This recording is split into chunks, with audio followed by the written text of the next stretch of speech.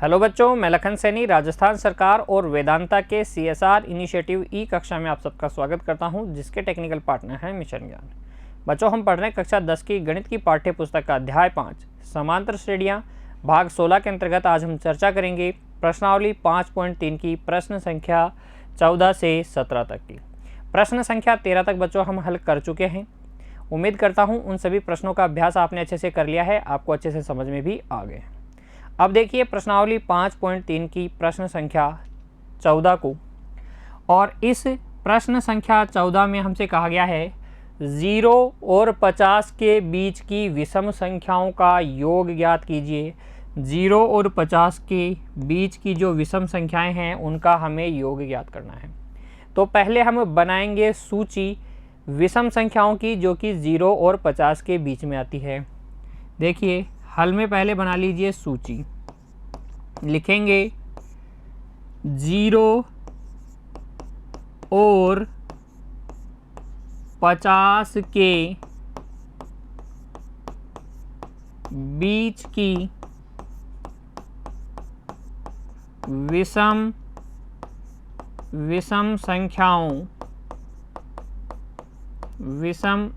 संख्याओं की सूची। तो 0 और 50 के बीच में जो विषम संख्याएं आती है वो है 1, 3, 5, 7 ऐसे, और अंतिम जो विषम संख्या आएगी वो कौन सी आएगी? 49। और अगर हम इस सूची को देखें ध्यान से तो हमें पता चल जाएगा कि ये क्या है, AP लिख देंगे, क्योंकि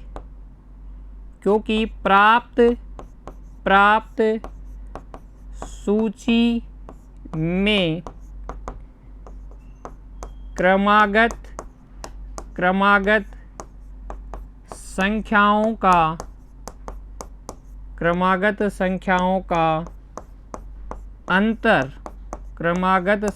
का अंतर सदैव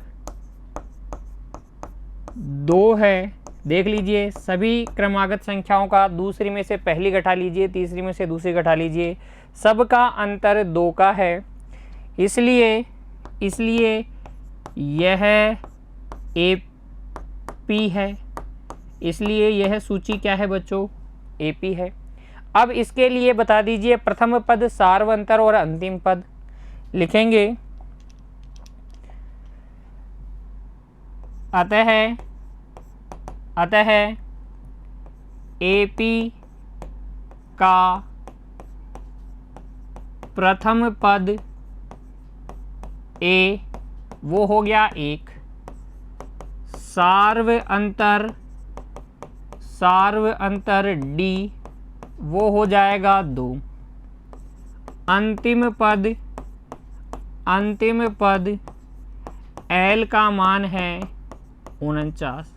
हमें ज्ञात करना है इस सूची के सभी पदों का योगफल। तो हमें पता होना चाहिए इसमें कुल कितने पद हैं। अब पदों की संख्या निकालने के लिए बच्चों हम मान लेंगे कि इस सूची में, इस AP में कुल कितने पद हैं? N पद। लिखेंगे अब माना कि इस AP में कुल N पद हैं। कुल कितने पद हैं? N पद हैं। इसलिए जो इसका Nवां पद होगा वही आखिरी पद होगा। इसमें कुल कितने पद हैं? N। तो Nवां पद जो होगा वही आखिरी पद होगा बच्चों। यहाँ से हम लिख सकते हैं A + N-1 × D बराबर 49। A का मान 1 + N-1 × D का मान 2 बराबर 49। ये प्लस का 1 उधर जाके घट जाएगा और N-1 का मान आ जाएगा 48/2 अर्थात 24। ये गुणा वाला 2 देखिए 1 उधर जाके पहले घटेगा, 48 आएगा, और ये N-1 को इधर रखेंगे, गुणा वाले 2 को पक्षांतरित करेंगे तो 48/2 हो जाएगा, और यहाँ से N का मान आ जाएगा 25। अर्थात इस सूची में कुल कितने पद हैं बच्चों? 25 पद हैं, जिनका हमें योग ज्ञात करना है। तो लिखेंगे क्योंकि एपी के प्रथम n पदों का योगफल, n पदों का योगफल Sn बराबर होता है n/2 a प्लस l, क्योंकि अंतिम पद पता है इसलिए ये वाला सूत्र काम में ले लीजिए। यहाँ से हमें ज्ञात करना है पूरे 25 पदों का योगफल, तो n का मान 25, s 25 बराबर हो जाएगा 25/2 a प्लस l, a का मान 1 और l का मान 49। देखिए ये हो जाएगा 25/2 गुणा 50, 50 को 2 से काट लीजिए, आपके पास आ जाएगा 25, और यहाँ से 25 गुणा 25 आपको मिलेगा, और सारे पदों का योगफल s 25 आपको मिल जाएगा 625।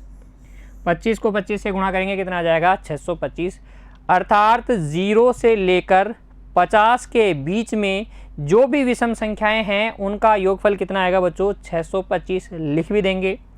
अतः अभिष्ट योगफल बराबर 625। जो योगफल हमें ज्ञात करना था प्रश्न संख्या 14 में वो कितना आ जाएगा 625।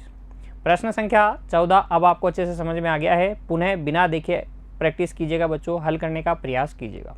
देखिए अब आगे प्रश्न संख्या 15, निर्माण कार्य से संबंधित किसी ठेके में एक निश्चित तिथि के बाद कार्य को विलंब से पूरा करने के लिए जुर्माना लगाने का प्रावधान इस प्रकार है कि किसी ठेके पर कार्य अगर आप लेते हो तो उस ठेके का ये प्रावधान है कि जितने दिन आप विलंब करोगे हर विलंब किए गए दिन में क्या लगेगा आपको जुर्माना लगेगा। किस प्रकार लगेगा, पहले दिन के लिए लगेगा 200 रुपये, ठीक है, एक दिन आप लेट करते हो तो 200 रुपये देने पड़ेंगे। दूसरे दिन के लिए लगेगा 250 रुपये, अर्थात 2 दिन जब आप लेट करोगे तो पहले दिन का और दूसरे दिन का मिलाकर 450 बच्चों, 200 और 250 450 रुपये आपको जुर्माने की राशि के रूप में अदा करने पड़ेंगे, देने पड़ेंगे। तीसरे दिन के लिए 300 रुपये इत्यादि, यानी कि जब 3 दिन अगर विलंब करोगे तो 200, 250, 450 और 300 कुल 750 रुपये आपको पे करने पड़ेंगे, चुकाने पड़ेंगे जुर्माने के रूप में।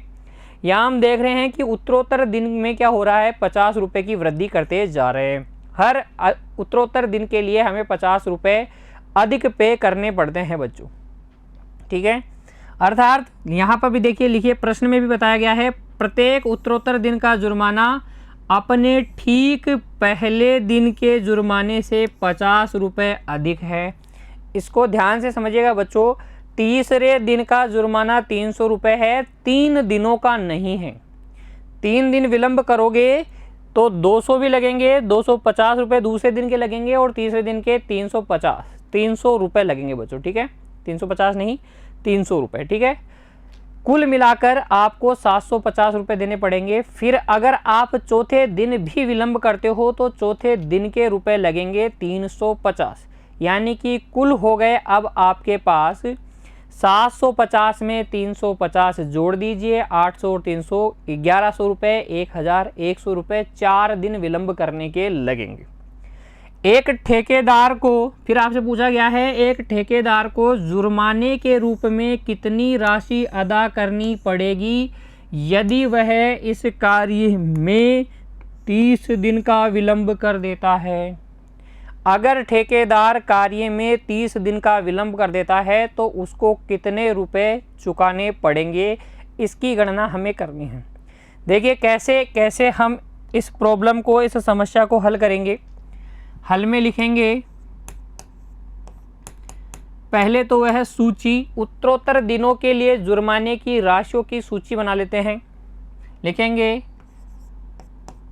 उत्तरोत्तर यानी हर दिन के बाद उत्तरोत्तर दिनों के लिए जुर्माने की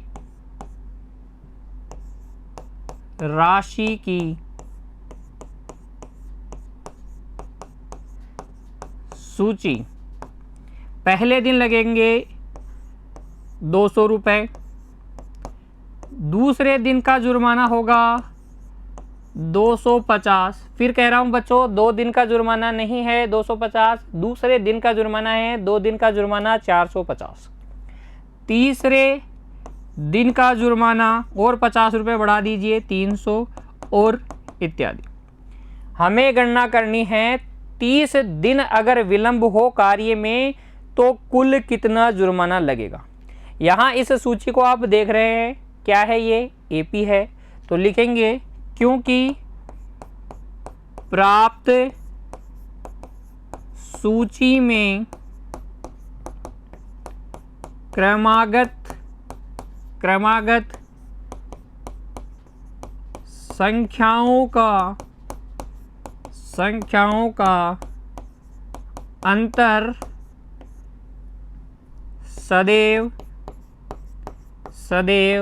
कितना है, ₹50 है। अतः यह एक एपी समांतर श्रेणी है जिसके लिए बच्चों लिखिए ए प्रथम पद 200, डी सार्व अंतर कितना है 50। हमें ज्ञात करना है इस एपी के 30 पदों तक का योगफल। क्यों? क्योंकि हमें 30 दिनों तक का क्या करना है, कुल जुर्माने की राशि को ज्ञात करना है। तो लिखेंगे अतः 30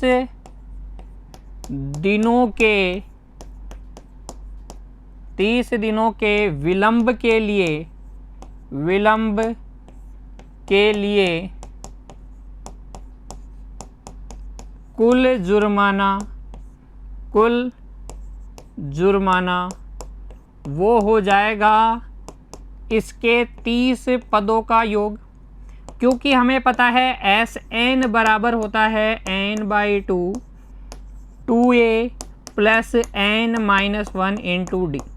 देखिए इस बार हमें अंतिम पद एल पता नहीं था, ए और डी पता है, एन का मान पता है, इसलिए हम ये वाला सूत्र काम में लेंगे। यहाँ से हमें S30 मिल जाएगा 30/2 2a का मान है 200 प्लस n यानी कि 30 -1 इंटू डी का अर्थ कितना 50।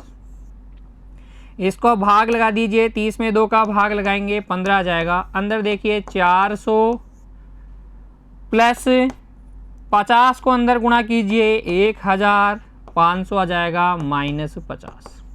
ठीक है, आप 29 गुणा 50 भी कर सकते हैं, मैंने 50 को अंदर गुणा कर दिया है। अब ये हो गया, देखिए बच्चों 400 और 1500 1900, 1900 में से 50 घटाएंगे तो ये 15 गुणा 1850 आ जाएगा। 15 से गुणा कर लीजिए 0, 15 5 75 हासिल 7, 15 × 120 और 7 127 हासिल 12, 15 एकम 15, 15 और 12 हो जाएगा आपके पास 27। यानी कि इन 30 पदों का योगफल आ गया 27,750 लिख देंगे बच्चों। अतः ठेकेदार को कार्य में 30 दिन का विलंब करने पर देय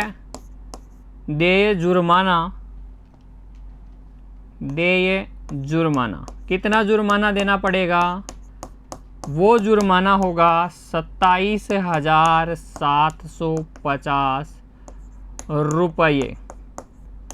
27,750 रुपये ठेकेदार को कार्य में 30 दिन का विलंब करने के लिए चुकाने पड़ेंगे। अगर आपसे पूछा जाता ठेकेदार को 30वें दिन का कितना जुर्माना चुकाना पड़ेगा, तो 30वें दिन का जुर्माना A30 होगा बच्चों, जबकि 30 दिनों तक का कुल जुर्माना S30। समझ में आई बात? तो 30 दिनों का कुल जुर्माना S30 आप इस तरीके से कैलकुलेट करेंगे। पहले जुर्माने की राशि की सूची बनाएंगे, आपको मिल जाएगी AP प्रथम पद सार्वंतर। हमें 30 दिनों तक का जुर्माना कैलकुलेट करना है, इसका मतलब 30 दिनों का सम निकालना है, योगफल निकालना है। योगफल निकालेंगे 27,750 आएगा। लिख देंगे कि ठेकेदार को कार्य में 30 दिन का विलंब करने पर देय जुर्माना होगा 27,750 रुपये। समझ में आ गया? चलिए अब हल करते हैं अगला प्रश्न। प्रश्न संख्या 16। किसी स्कूल के विद्यार्थियों को उनके समग्र शैक्षिक प्रदर्शन के लिए 7 नगद पुरस्कार देने के लिए 700 रुपये की राशि रखी गई है। यदि प्रत्येक पुरस्कार अपने से ठीक पहले पुरस्कार से 20 रुपये कम हैं, तो हमें ज्ञात करनी है प्रत्येक पुरस्कार का मान। हमें ज्ञात करना है कि प्रत्येक पुरस्कार का मान क्या है, अर्थात प्रत्येक पुरस्कार के लिए कितनी राशि दी गई। कहानी से के रूप में समझिए बच्चों, एक विद्यालय है। विद्यालय ने क्या किया, विद्यार्थियों के समग्र शैक्षिक प्रदर्शन, पूरे साल में उन विद्यार्थियों की जो उनका व्यवहार रहा स्कूल में, उस व्यवहार को और उनके प्रदर्शन को देखकर कक्षा टेस्ट में मान लीजिए, या अर्धवार्षिक परीक्षा में मान लीजिए, या वार्षिक परीक्षाओं में मान लीजिए, खेल घंटे के दौरान उनके व्यवहार को देख लीजिए, सुबह प्रार्थना के दौरान उनके व्यवहार को देख लीजिए, या पूरे विद्यालय में जो समय उन्होंने बिताया है उसमें उनका व्यवहार कक्ष में कैसा रहा, विद्यालय में अन्य विद्यार्थियों के साथ, अध्यापकों के साथ उसका व्यवहार कैसा रहा। इन सब को देखकर विद्यालय ने 700 रुपये बच्चों को देने का निश्चय किया, और वो 700 रुपये 7 पुरस्कार के रूप में बच्चों को दिए जाएंगे। अब हमसे कहा गया है कि जो पुरस्कार पहले स्थान वाले बच्चे को मिलेगा, दूसरे स्थान वाले से 20 अधिक होगा, या हम कहें दूसरे स्थान वाले को पहले से 20 रुपये कम मिलेंगे, फिर तीसरे स्थान वाले को और 20 रुपये कम मिलेंगे। इस तरीके से हर एक पुरस्कार अपने से ठीक पहले वाले पुरस्कार से 20 रुपये कम होगा। हमें ज्ञात करना है कि ये पुरस्कार की राशियां, इन पुरस्कारों का मान वास्तव में कितना है। तो इस प्रश्न को हल करने के लिए बच्चों, मान लीजिए पहले पुरस्कार की जो राशि है उसे, और फिर अगले पुरस्कारों 7 पुरस्कारों की राशियां हम प्राप्त कर लेंगे 20 घटा के। देखिए कैसे। हल में हम लिखेंगे माना कि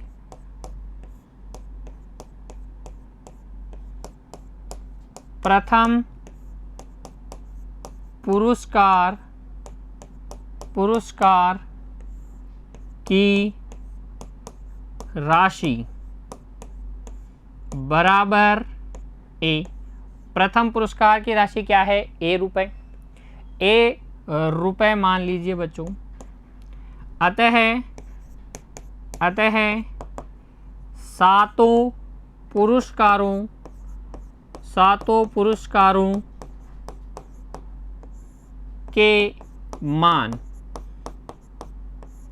मान क्या हो जाएंगे, पहले वाला तो A हो जाएगा, फिर A -20, फिर A इसमें से 20 और कम करेंगे, A -40, A -60, A -80, A -100। 20 कम करते चलिए बच्चों, कितने हो गए, 1 2 3 4 5 6, और जो 7वां पुरस्कार होगा वो होगा A -120।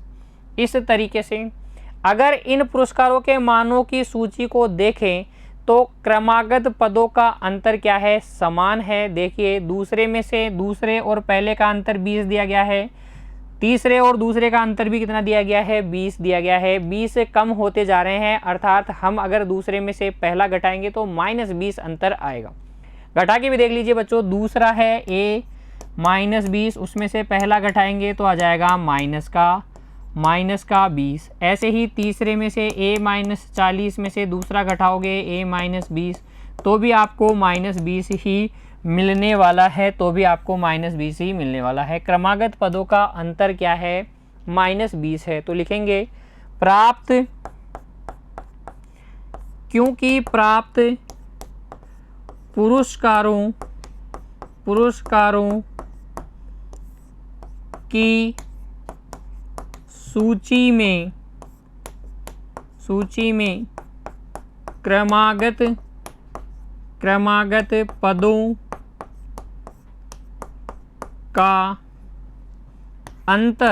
क्रमागत पदों का अंतर सदैव -20 है। अतः यह सूची एक समांतर श्रेणी है, एक एपी है। यह सूची क्या है बच्चों? एक एपी है। इसके लिए हम बता सकते हैं प्रथम पद और सार्व अंतर का मान। पदों की संख्या तो आपको पता ही है 7। तो लिखेंगे यहाँ देखिए बच्चों, प्रथम पद यानी कि प्रथम पुरस्कार वो तो है ए। सार्व अंतर सब क्रमागत पदों का अंतर कितना है? -20। ठीक है। अंतिम पद हमें पता है कितना है। अंतिम पद है A-120।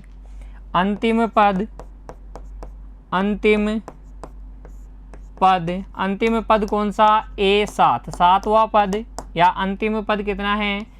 A-120। तथा इन सभी पदों का योग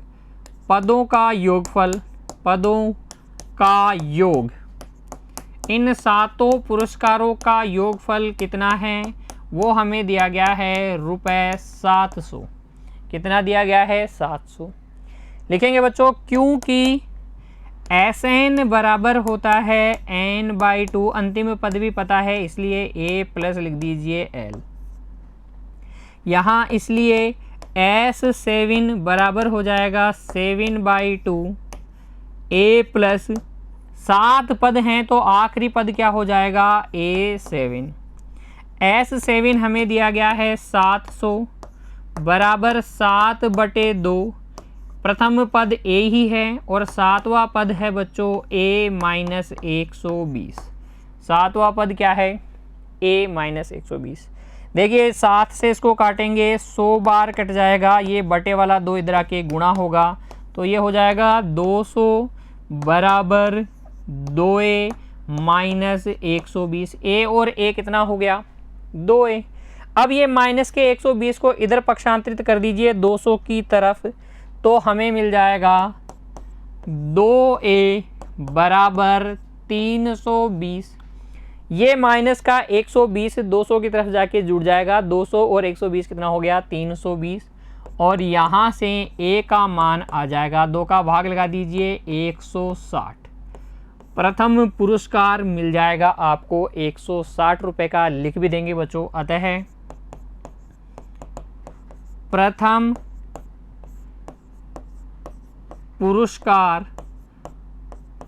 पुरस्कार बराबर ₹160। सेकंड, द्वितीय पुरस्कार, सारे पुरस्कार बताने हैं हमें। पुरस्कार बराबर, इससे 20 कम कर लीजिए, ₹140। थर्ड पुरस्कार हो जाएगा, इससे भी 20 कम, ₹120। फिर चौथा पुरस्कार हो जाएगा, इससे 20 कम, ₹100। पांचवा, फिर छठा और फिर 7वां पुरस्कार भी बता दीजिए बच्चों। 20 रुपये कम करते जाइए, ये हो जाएगा ₹80। छठा हो जाएगा ₹40 और ये हो जाएगा ₹20। तो जो 7वें स्थान पर आएगा उसको 20 रुपये की राशि इनाम के रूप में दी जाएगी। राशि इम्पोर्टेंट नहीं है बच्चों, प्रदर्शन इम्पोर्टेंट है। ठीक है ना। 20 रुपये देखना है तो भी बड़ी बात है, क्योंकि पूरे स्कूल के विद्यार्थियों में 7 ही विद्यार्थी चुने जाएं और उसमें आपका नंबर आए, ये बहुत बड़ी बात है। नगद राशि को नहीं देखना चाहिए, हमें अपनी परफॉर्मेंस को देखना चाहिए कि विद्यालय में हमारा व्यवहार कैसा है, हमारा समग्र शैक्षिक प्रदर्शन कैसा है, और हमें निरंतर उसमें वृद्धि करने की कोशिश करते रहनी चाहिए। इस प्रश्न में हमसे पूछा गया था कि अगर 700 रुपये को 7 नगद पुरस्कारों के रूप में विद्यार्थियों को इस प्रकार दिया जाए कि प्रत्येक पुरस्कार अपने से ठीक पहले वाले पुरस्कार से 20 रुपये कम हो, तो प्रत्येक पुरस्कार की राशि ज्ञात कीजिए। तो प्रत्येक पुरस्कार की राशि हमने ज्ञात की। पहला पुरस्कार 160 रुपये का, दूसरा 140 का, तीसरा 120 का, चौथा 100 रुपये का, पाँचवा 80 रुपये का, छठा 40 रुपये का और सातवां पुरस्कार कितना 20 रुपये का होगा बच्चों। इस तरीके से हल कर लेंगे हम इस प्रश्न को। फिर देखते हैं बच्चों अगला प्रश्न, प्रश्न संख्या 17। लंबी चौड़ी कहानी आपको दिख रही है, लेकिन याद रखिए बच्चों, जितना लंबा चौड़ा प्रश्न होगा उसमें आपको प्रश्न को उतने ही अच्छे से समझाया गया होगा, क्योंकि अच्छे से समझाने के लिए ज़्यादा शब्दों का प्रयोग हमेशा किया जाता है।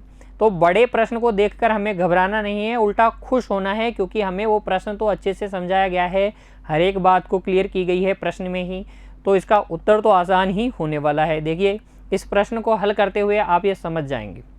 एक स्कूल के विद्यार्थियों ने वायु प्रदूषण कम करने के लिए स्कूल के अंदर और बाहर पेड़ लगाने के बारे में सोचा।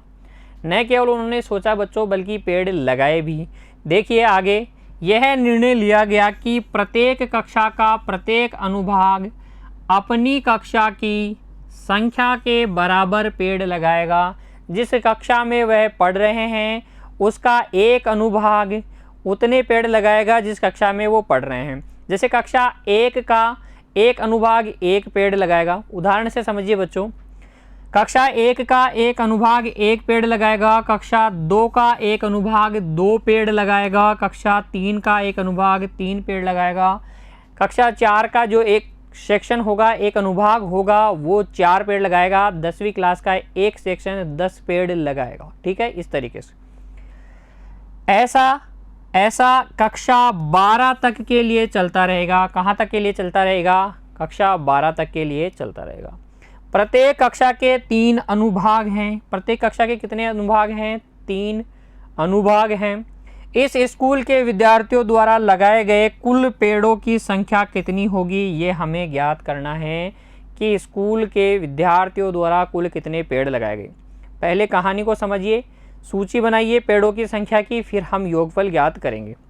देखिए कहानी यह है कि कक्षा जो 1 है उसके 3 सेक्शन हैं, A, B और C। और पहली क्लास वालों को कितने पेड़ लगाने हैं? 1 ही पेड़ लगाना है एक सेक्शन को, यानी कि सेक्शन A भी 1 पेड़ लगाएगा, सेक्शन B भी 1 पेड़ लगाएगा, सेक्शन C भी 1 पेड़ लगाएगा। तो कक्षा 1 द्वारा कुल कितने पेड़ लगाए जाएंगे? 3। कितने पेड़ लगाए जाएंगे? 3। अब बात करते हैं कक्षा 2 की। कक्षा 2 के प्रत्येक अनुभाग को 2 पेड़ लगाने हैं, और इसके कितने अनुभाग हैं? इसके भी 3 अनुभाग हैं, A, B और C। अनुभाग 1 को 2 पेड़ लगाने हैं, अनुभाग B को भी 2 लगाने हैं, इनको भी 2 लगाने हैं। तो कक्षा 2 के जो तीनों अनुभाग हैं वो मिलकर कितने पेड़ लगा देंगे? वो लगा देंगे बच्चों 6। कक्षा 3 के बारे में विचार कीजिए। 3 के भी 3 अनुभाग हैं, A, B, C। A अनुभाग भी 3 पेड़ लगाएगा, ये अनुभाग भी 3 पेड़ लगाएगा, और ये अनुभाग भी कितना पेड़ लगाएगा? 3। तीनों को हम जब जोड़ेंगे तो ये आ जाएगा बच्चों कितना? 3 दूनी 6 और 3 तिया 9। ठीक है, कितने पेड़ लगाएगा? 9। कक्षा 3। ऐसे ही कक्षा 4 कितने पेड़ लगाएगी? कक्षा 4 का अनुभाग 1 4 पेड़ लगाएगा, B ये भी 4 पेड़ लगाएगा, C ये भी 4 पेड़ लगाएगा। कक्षा 4 कुल कितने पेड़ लगाएगी? 4 तिया हो गया 12। कक्षा 5 कैसे लगाएगी? इस तरीके से चलेगी। और ये कार्य कब तक चलेगा? 12वीं कक्षा तक चलेगा बच्चों। अगर हम बात करें 12वीं कक्षा के अनुभाग A की, तो ये 12 पेड़ लगाएगा। अनुभाग B ये भी 12 पेड़ लगाएगा। अनुभाग सी ये भी क्या लगाएगा, 12 पेड़। यानी कि कक्षा 12 जो है वो कुल 36 पेड़ लगाएगी। कक्षा 12 कुल कितनी पेड़ लगाएगी, 36 पेड़ लगाएगी। इसलिए हल में हम जब सूची लिखेंगे बच्चों तो हमें मिलेगी जो संख्याएं वो इस प्रकार की होंगी। देखिए हल में हम लिखेंगे स्कूल की प्रत्येक कक्षा द्वारा लगाए गए पेड़ों की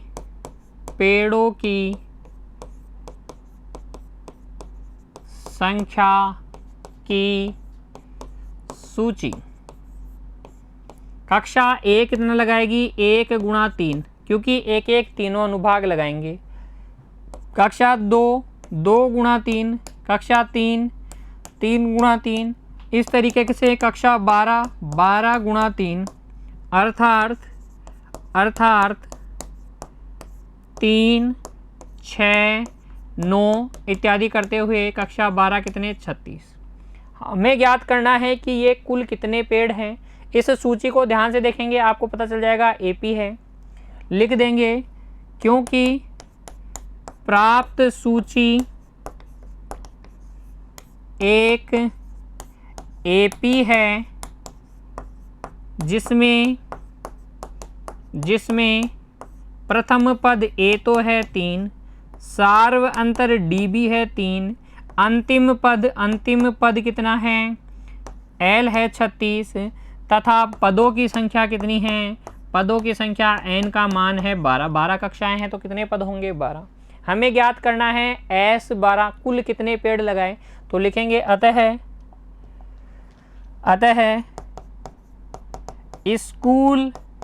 स्कूल के विद्यार्थियों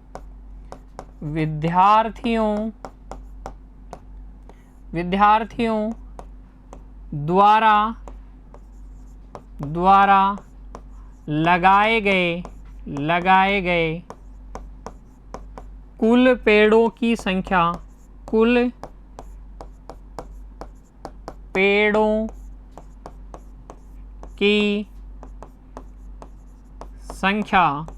वो हो जाएगी S12।